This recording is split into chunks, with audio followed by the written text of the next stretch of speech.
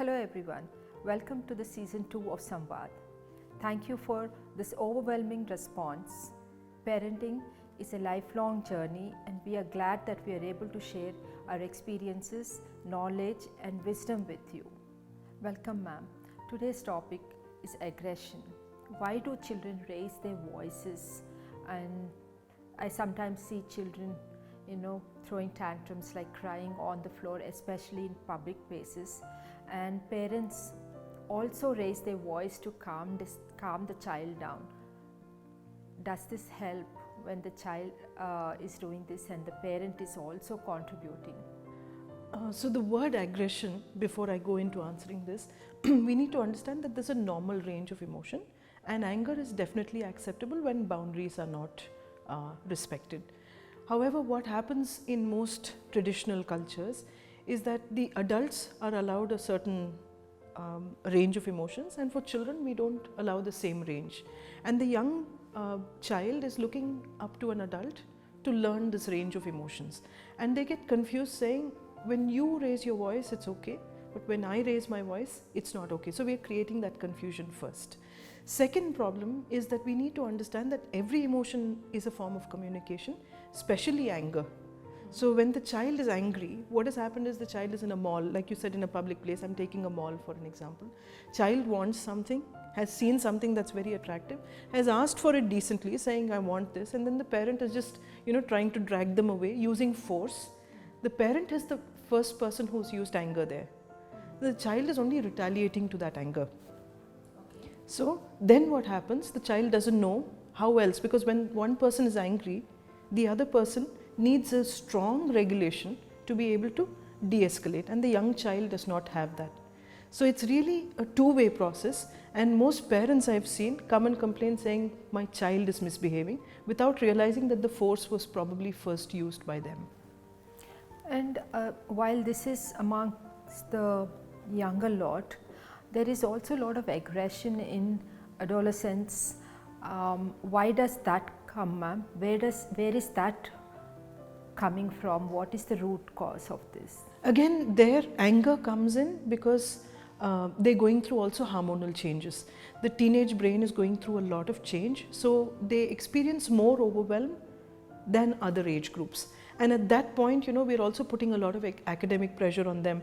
They have their own peer pressure to deal with. Their body is very awkward. It's going through a lot of changes. They're very uncomfortable with many of the things that are happening. So a lot of overwhelm. And then there is this parent who's also saying, you haven't studied, your marks are not good enough, etc. Instead of trying to communicate and try and understand what is happening. So that aggression is also something that we need to understand. Boys experience a lot more aggression because testosterone, the hormone that is most often at a higher level for them, doesn't allow them to regulate anger, and they're not able to take whatever impulse they're feeling and convert it into a thought. So if I have to give you an example, if I were to take this as the model of the brain, this is the part of the brain we call the brain stem, this part.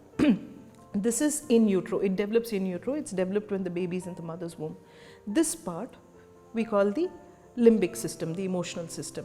The teenager's brain can have easy access to this. Then there's the cortex, which is what we draw when we draw the brain, right?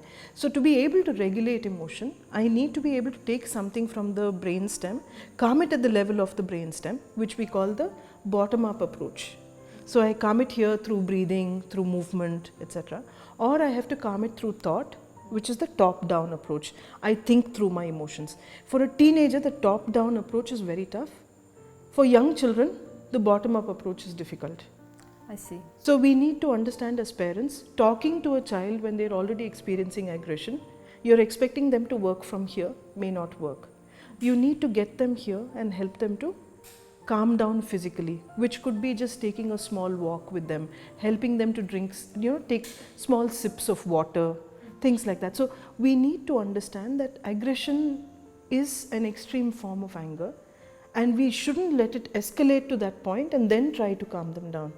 When you start getting the triggers for anger, which is, you already realize, the face has changed, the child is breathing deeper, you let them know, okay, I understand you're getting angry, let's sit down and calm ourselves. And it has to be ourselves, because the parent is equally angry at that point. So that's where, helping children work through their emotions works better. Ma'am, is this another way of a child to get attention from their parents, that they show aggression, or has this become a mode of communication to get parents' attention, ma'am? And it's both, because one, I've also modeled this adult in the family who's using aggression and getting his or her way. For example, the mother raises her voice and everybody calms down, they get it, or the father raises his voice and he gets his way. So the child is saying, okay, the only way things get done in this house is when you raise your voice. That is one, that's the model part. The second is the child says, I decently asked you for this. I said, I just want a little bit of downtime, or I just want a little bit of rest, and you kept saying study, study, study, and you kept pushing me without trying to understand what I'm going through. And therefore, to be heard, the child understands only if I raise my voice, I will get what I want. And I wouldn't put it in attention, because attention seeking is a completely different behavior. This is one of the ways in which I can use my voice to be heard. And secondly, I'm saying, please understand me. I'm reaching out for connection. I'm saying, please understand me.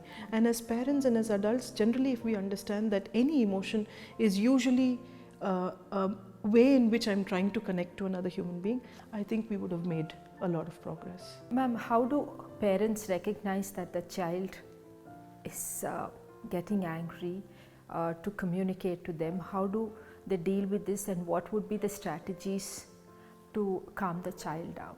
So every emotion has a physical component, and then it has a narrative, a story kind of component, and a subjective experience that's there.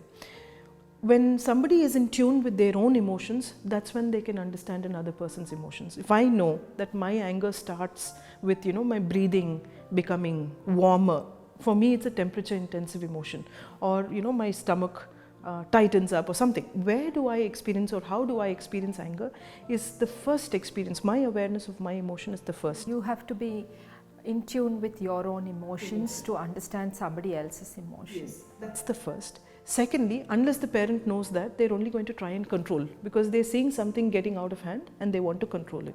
When I'm in touch with my emotion, I become more sensitive to the cues that your body is sending me. I realize that my child is, tearing up or getting, the body tightening. That's the first step. The second is to learn immediately to calm yourself down as an adult. Breathe, do whatever it is that helps you stay calm. Right? So when I see a conflict or aggression on somebody, I might get overworked and start having big feelings. So I have to recognize. That's what we call the trigger. So when you identify what in the environment can trigger you, you are in tune with yourself a lot more, and then you're able to relate to the child better. So the first is becoming aware. Second is to become aware of the triggers. The third is to calm yourself down well. And then the fourth is the most important, is to co-regulate with the child, which is, that they're going through a difficult time. Help them calm down just the way you've calmed yourself down. Once this happens, children stop using aggression. They will experience anger because that's a normal range, but they will not act it out and cause harm or hurt to another person.